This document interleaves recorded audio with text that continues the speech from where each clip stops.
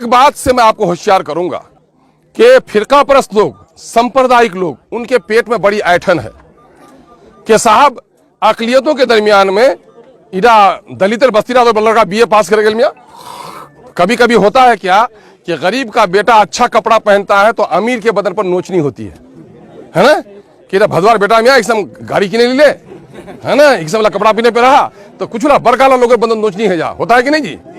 तो ठीक उस तरह से एमआईएम जो पार्टी पैदा हुई है और एमआईएम के लोग जो जीत के गए हैं, बड़ी सब पार्टी के बदन में ऐसी नोचनी हो गई है।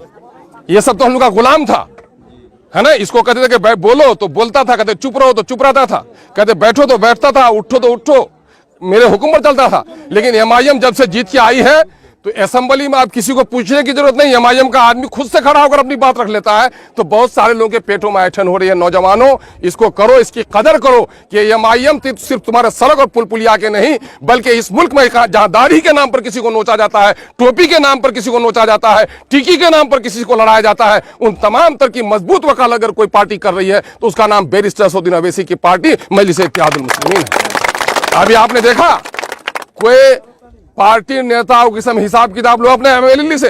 अभी लड़का फेसबुक चला, अभी बाजाबता 5 एमएलए को हाजिरी करा करके बाजाबता हमारे बैरिस्टर असदुद्दीन ओवैसी साहब ने कहा, अख्तर साहब आप जीते तो अमोर में क्या काम कराए, बैसा में क्या काम कराए, खाड़ी पुल का क्या हुआ, रसेली घाट का क्या हुआ, बिजली का मामला क्या हुआ, है ना, वहां पर तो ये हिसाब लेता है। तो बैरिस्टर असदुद्दीन ओवैसी 2000 दूर जो बैठा हुआ है उसका बेटा और भतीजा यहाँ एमएलए एमपी बनने नहीं आएगा।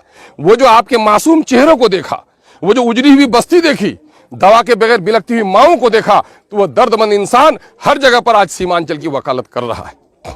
इसको लेकर बहुत सारे लोगों को परेशानी है ना। कभी द्वारकी दे पिछू दे, कभी भिटार पिछू दे, कुछ उसे कभी कभी बावर्ची खाना खराब कर दो, करो ना, नहीं करो, है ना, चुला करो तो उसे।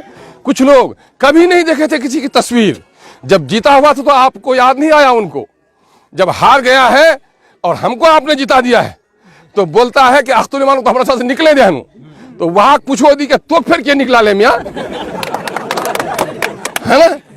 तो ऐसे लोग आकर के दाएं बाएं, ये कौन लोग हैं? ये लोग हैं गुजरात के उन दंगाई लोगों के एजेंट।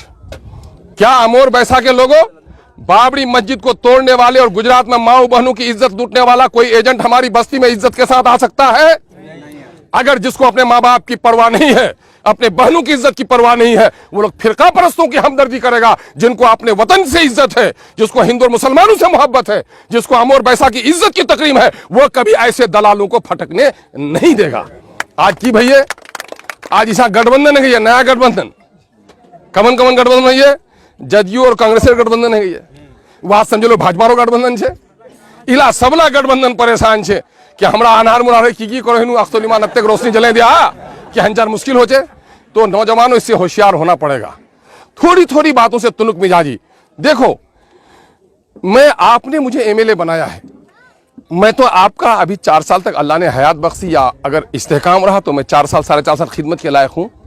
अगर आपने डिस्टर्बेंस किया, आपका काम उलझ जाएगा, आपका काम उलझ जाएगा। मैं नेकी रात, ये अच्छी सोच नहीं है। तुम दावे के साथ कहो जिसने तुम्हारा पैसा लूटा है अख्तरुल ईमान तुम्हारे पैसे लौटाने की कोशिश करेगा इंशाअल्लाह। हिम्मत पैदा करो, और जब तक हिम्मत पैदा नहीं करोगे, सच्चाई में अल्लाह ने ताकत दी है।